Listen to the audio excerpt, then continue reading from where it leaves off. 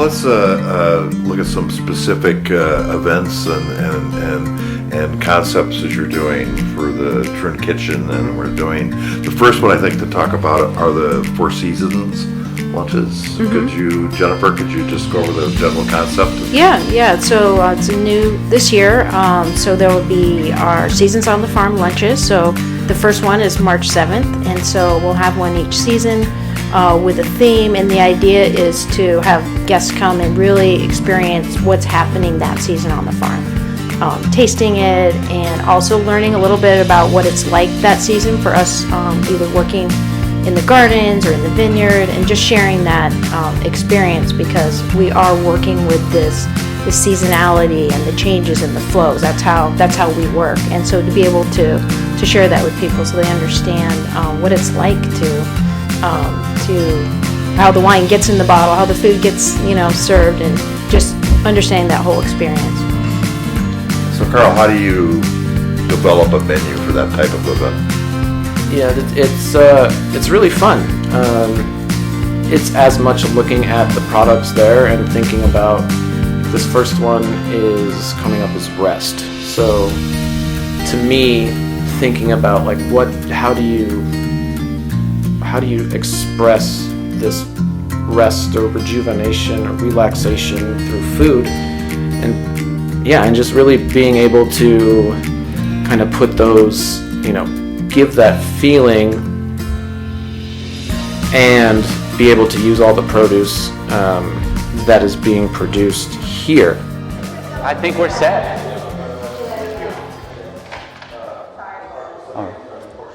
All right. My name is Nate Winters. I'm a certified sommelier and director of sales here at Troon Vineyard Farm. I've been here about 10 years, and seeing this whole transformation on this 10-year project that we've been at so far, to me, this is kind of the first opportunity we really get to showcase not just our wine, but our whole farm that we've been building. The chef and Jennifer will tell you everything that they've incorporated from the farm, but we wanted to have a true farm-to-table experience for you. We're doing a Four Seasons lunch. This is titled Rest, as the winter time. The next one will be titled Awaken, and so on and so on. We have a beautiful offering for you today. We'll go over the wines as they come out. You have a wine in your glass right now. It's called our Druids White. Beautiful wine. It's a blend. I'll give you a little bit of information after that. But to start, I wanted to pass it over to Chef, as he has to get back to the kitchen, and he'll give you a little bit of words from himself. Hi everybody, I'm Carl. A lot of familiar faces, so thanks for coming back. Always a pleasure cooking for you guys. This is really exciting. I have to keep reminding myself that this is the rest dinner and not spring, because it's so nice outside. But it's been a really fun project to sit and collaborate with both Garrett and Jennifer and Nate on how do we express the mindset of Troon as a whole, and what does that mean. And so that's led us a couple different directions, but one of the biggest things that kind of developed through that thinking this summer is, I call it seed to stem cooking. It's like nose to tail, but with vegetables. So there's some few things, like specifically with winter squash, right? You get the skins that you can do some fun stuff with, which we'll have a little bit later, the seeds, which we'll have later as well, and then you get the normal, like the flesh. So you actually are getting 3 or 4 products out of one typical product with stuff that would be discarded. And so looking at the farm through that lens has opened up a lot of opportunities to incorporate things that would just end up in the compost or trash or somewhere else. So really cool to be able to be a part of that, and always great to work with these guys. And we're going to have a lot of stuff that was just harvested this morning, stuff that's never left the property, never seen refrigeration. And I won't say I'm sure that this is the only place that happens, but I've never been at another place where that's the case. And so really getting to express that and explain what went into it is it's going to be really good, really fun. So thank you guys again, and we'll get started. So my name's Jennifer. I know a lot of you. Good to see you again, and some new faces. So my job here is the Director of Farm Sales, which means that I help in the garden, growing the produce, and also help develop value-added products from everything that we grow. So some of those things that Chef Carl has created will be served in the lunch today for you to enjoy. I also am our vinegar maker, which is new here at Troon. So that will be in the salad dressing, and also we have it here if you want to take a bottle home with you to taste. So it's really exciting for this to come to fruition. I think it was probably 8 months ago our team came together and we had this idea of lunches, true farm-to-table lunches throughout the seasons. And here we are today with our very first one. It doesn't really feel like winter outside, but we do have a few more weeks left. But we really have been planning and thinking and really trying to make this an authentic experience for all of you. And it's really about coming together as a community. And that's what we want to do. We want to invite you to the Troon table and build a community over organic, local food and wine, which I think we'll all agree is a very beautiful thing to come together for. So I also want to talk about what it's been like on the farm in the winter. A lot of you have come through as club members and been able to visit and taste the wine. And just sort of a behind the scenes to give you an idea of what we've been doing on the farm. So we still have a winter garden that we keep going throughout the year, so you will be having some of those fresh items on the lunch. The cover crop salad was something that Carl really came out of him coming to visit us down in the garden, and he saw this beautiful greens growing, took a bite and said, "Hey, what's this? Can I use this?" Sure, why not? We really planted it for the health of the soil, but it is in fact a delicious kale that will be part of your salad today. So it's really been a fun collaboration with Carl to build this menu. And the rest of the farm too is, the vineyard is dormant, which I love seeing this time of year. You really see the architecture of the vines and our fruit trees as well. And so there is that resting that's happening. But also beneath all of that in the soil, in the ground, there's a lot of activity. Our cover crop is planted to build up our soil health. Our biodynamic preparations we buried in the fall, and they are also very active. The microbes are transforming all those preparations, which will ultimately go back into the soil to build the strength of growing the root health and soil organic matter, and really inoculating the activity of the soil so that we can have our healthy biodynamic vineyards and gardens. So if you're not familiar with the property, it's just about 50 acres of vineyard, and where we grow the food is on the other side of the property. So we have 2 acres of gardens where we grow food. All of the property receives our biodynamic compost and preparations. So what you'll be eating today is organic, biodynamic, highly nutritious, energizing produce. You'll also be enjoying some of the lamb from the property, which is really special. We don't always get to have that, so we're excited about that. And I really think that it's really vital that we continue as a community to have these experiences. I think that it's really easy to feel disconnected. I think we all, that's just the reality of modern life. We're all very busy, we're pulled in different directions, but I'm really, to have all of you here to take the time to connect with one another, with all of us on the team, that gives me a lot of hope. And I think that for me, the way that we grow food here is really vital to continuing on hope for the next generation and for the land and for the soil. So I like to quote Alice Waters a lot, and one of her sayings is, "Eating is an environmental act," and I really believe that that's true. So I welcome all of you to our table.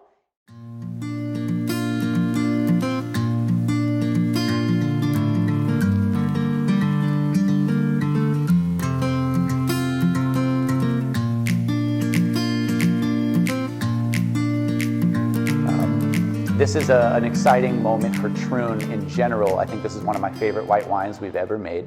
It's still very young and we still have a far way to go, but this has an opportunity to showcase grapes that no one else in Oregon is growing, and I think to showcase how they grow well on our farm. This is 48% Grenache Blanc, so the majority of this wine is Grenache Blanc, which most people would be familiar with from Southern Rhone. It's a very popular blending grape that often gets with Marsanne and Roussanne and Viognier. For us, Grenache Blanc brings acid. We pick on acid rather than sugar anyways, but for us, this is kind of the great backbone of this wine to then build everything else around. We've harvested Blanc, which is 17% of this wine. We also have Claret Blanche and Picpoul Blanc. So these three grapes, not many people know about. It's hard for us to even tell you a lot about these grapes from our farm because this is the first time we've harvested them. So every year we'll refine our approach, we'll learn more about this wine. All of the Grenache Blanc in this wine was fermented and aged in concrete. The rest of these grapes we ferment in oak, age in oak, and then we blend it all together afterwards. Concrete offers a real purity of fruit with a lot of lift and focus on the fruit, whereas oak barrels can really flavor your wine. So we wanted to really learn the fruit and then let the fruit tell us how to blend it and which vessel to put it in the future. This coming vintage will bottle a Blanc, which was in concrete, amphora and stainless steel, so we really get to learn that grape from different vessels. So you'll see a lot of these coming out in the future, but I think this melange of how they go together to give you a more full picture, or the sum is better than its parts kind of approach, is a lovely wine. It's 12% alcohol, so very light, but it drinks with such more brevity and it's not hollow or thin. So I love this wine. When you come to food pairing, you can often contrast the wine with the food chemistry-wise, or you can complement, you can kind of double down. And I think using our Troon vinegar against an acidic white is a nice little kind of cooperative pairing that you should have here. We have a lot of our farm-to-table value-added products featured throughout the menu. We'll kind of touch on that as we go. But with the first course, we'll have a salad that'll be brought out shortly. This will be the Druids White 2024. Does anyone have any questions about it?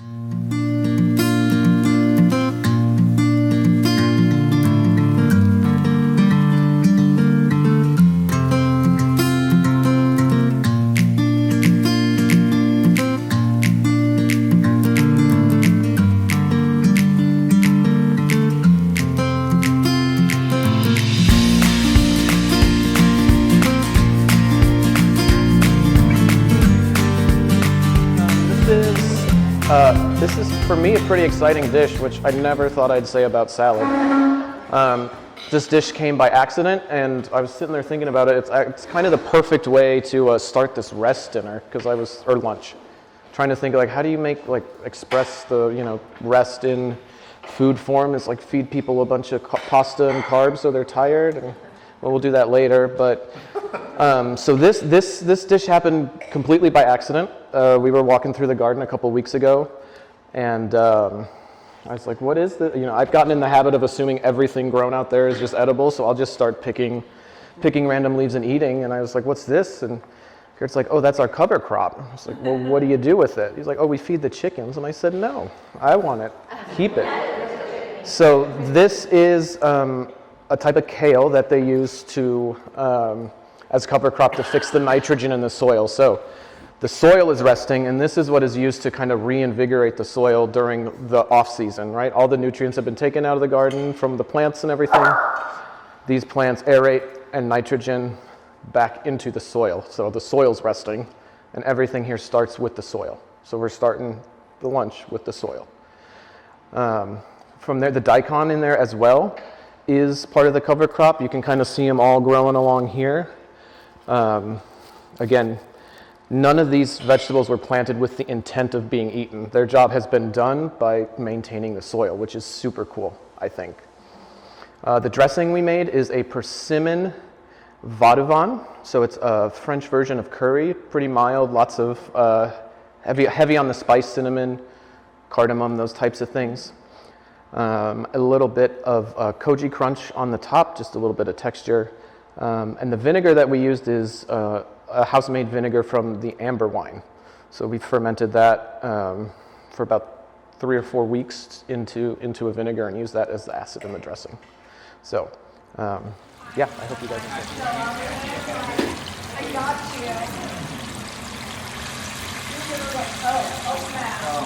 Everybody about the wine they have in their glass. We still have some more vegetables coming. There's going to be cabbage, broccoli, and some kimchi, but Marvin should hold you over a little bit until those do come out. We have the Druids Pink.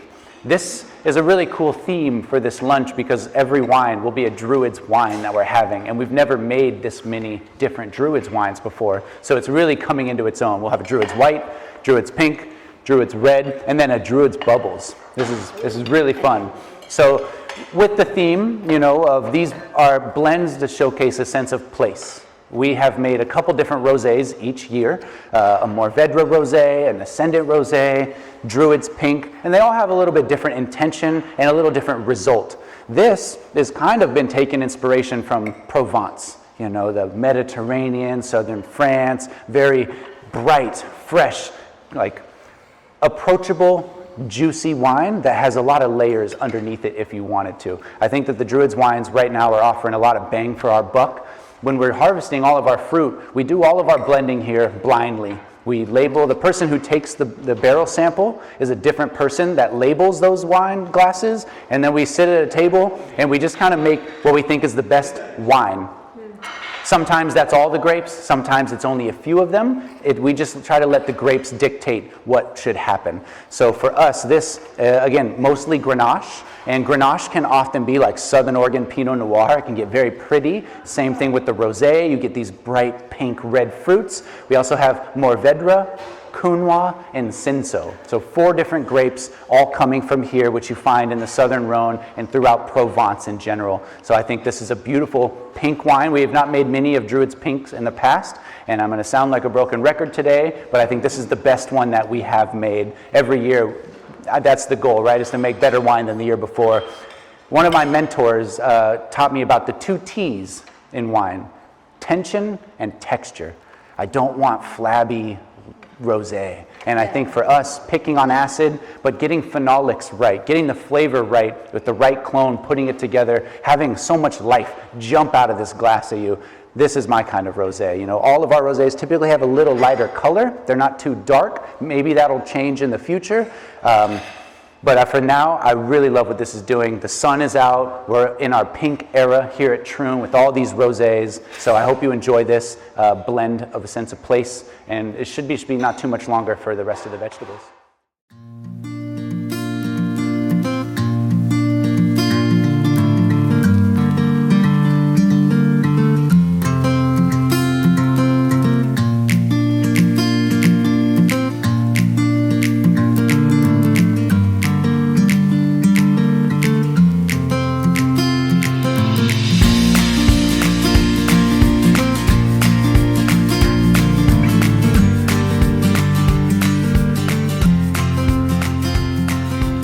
There's a lot going on here.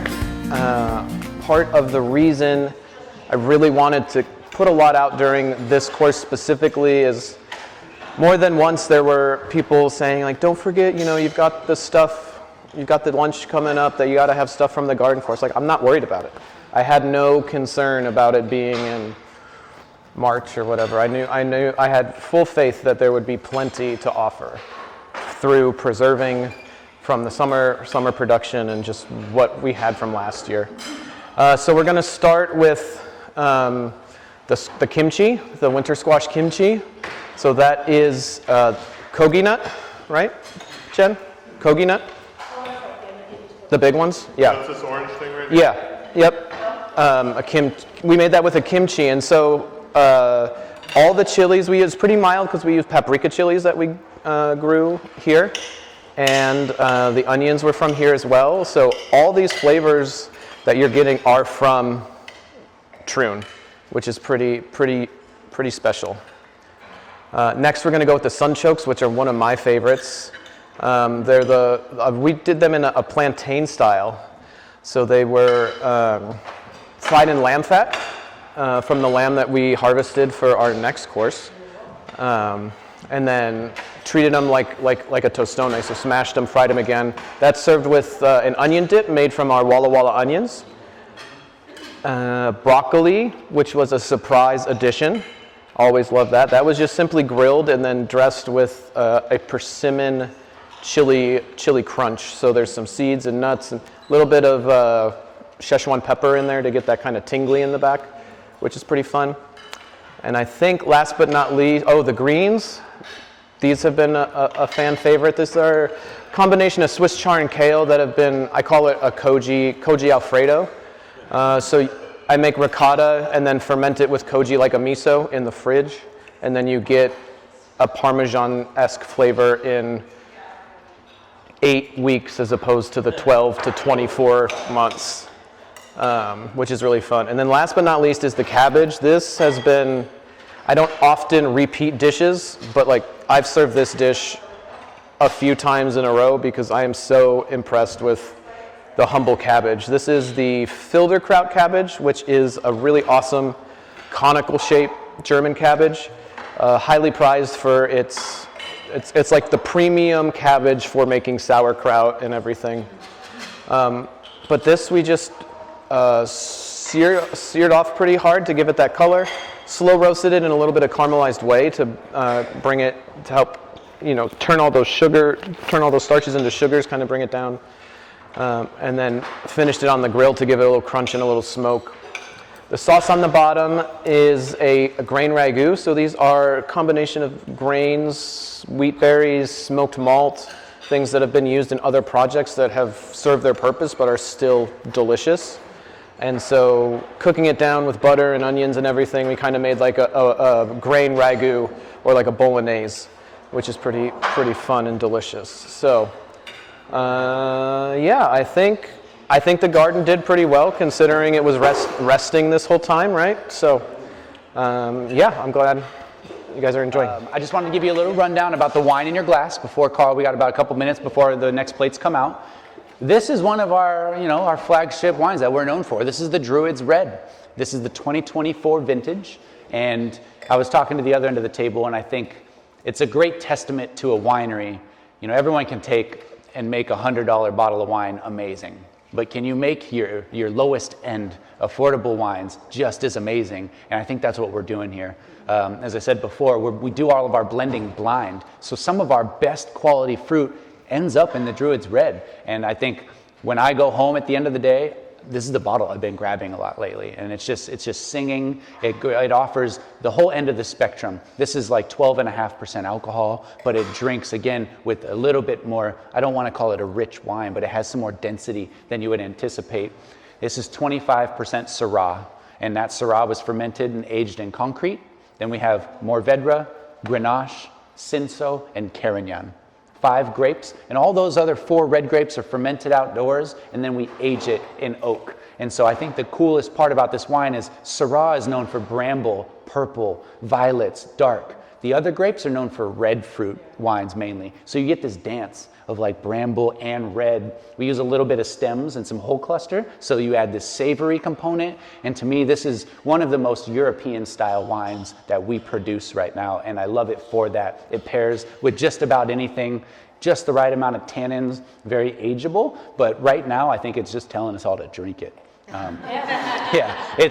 I love pronounced aromatics, the wines that I don't want to drink, I just want to smell forever, and that's what this wine is starting to do for me. It's so fruit forward. That's, again, an ode to the concrete, to these neutral vessels that we've been really investing in. A lovely wine.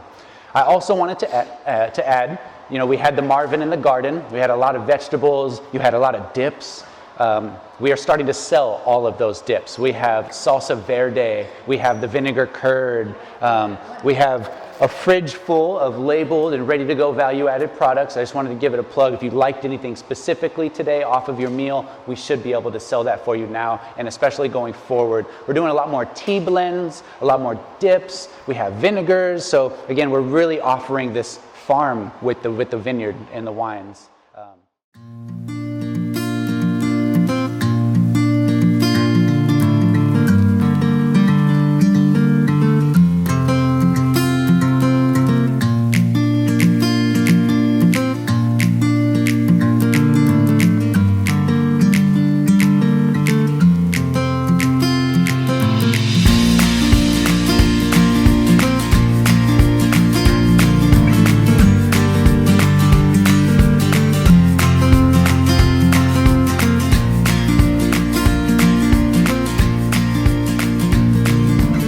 do to start while it's warm. I'm really happy with the way this dish came out. This is cavatelli and lamb. So we harvested a lamb last week, and I was able to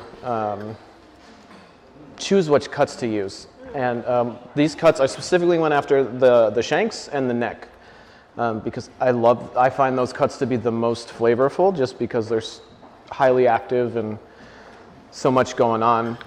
We cooked this in a Filipino adobo style, which sounds really weird, but that basically translates to a heavy amount of vinegar and soy sauce in the cooking liquid, which then acts as a marinade, because you have to let it sit overnight. And so that vinegar helps tenderize and season throughout, as opposed just to the outside. And we used, of course, the house red wine vinegar, and then we used a squash shoyu made from last fall's harvest of squash. Took that cooking liquid, made a nice pan sauce with a bunch of butter in it, because I like you guys.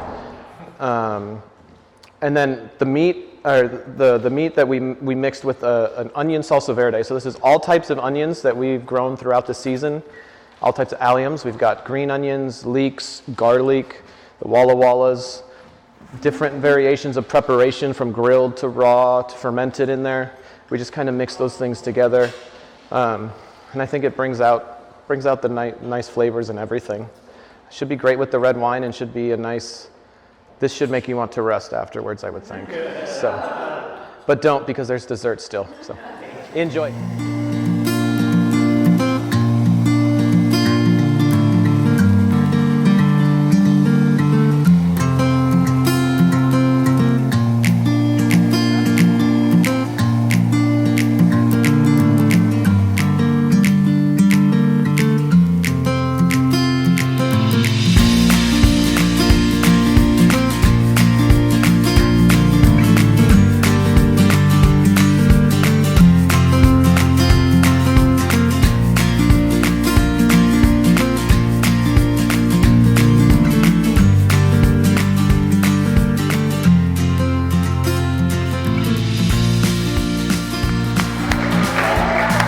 Because it's really like, my job went from like making something good to not messing something up, and so it's just crazy what you can do when you start with like incredible product. And while I've always been taught that through culinary school and like seen it when you're working typically with high-end proteins and stuff, like that cabbage is a perfect example. Like that to me is magical, right? It really shows that there is a point to it all. Even if you can't necessarily see it, you can taste it at the end. All right, so to finish today, we have a blue cheese cheesecake. This is using the Rogue Creamery Blue. We bruleed it for a little crunch. Whole bunch of different flavors going on. We've got fermented elderberry from this summer. We've got pickled green gage plum, which is a super delicious European varietal that's not too common, but very flavorful. And we've pickled that in white wine, house white wine vinegar. And then on the bottom of the plate, there is a winter squash puree that's been seasoned with the squash seed miso that is just entering it's usable, but we want to let it age a little bit longer. It just hit its stage of where the fermentation has brought out all the flavors and everything, but we want them to soften a little bit. And so this is kind of its debut, which is pretty fun.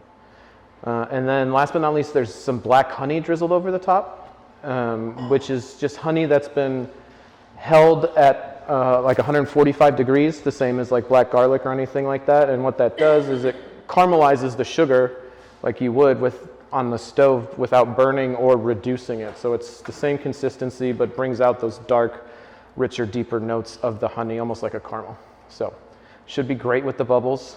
I mean, anything's great with the bubbles. The bubbles are great by themselves, but I think it should be pretty good. So I hope you guys enjoyed. Thank you so very much, and hope to see you at the next one.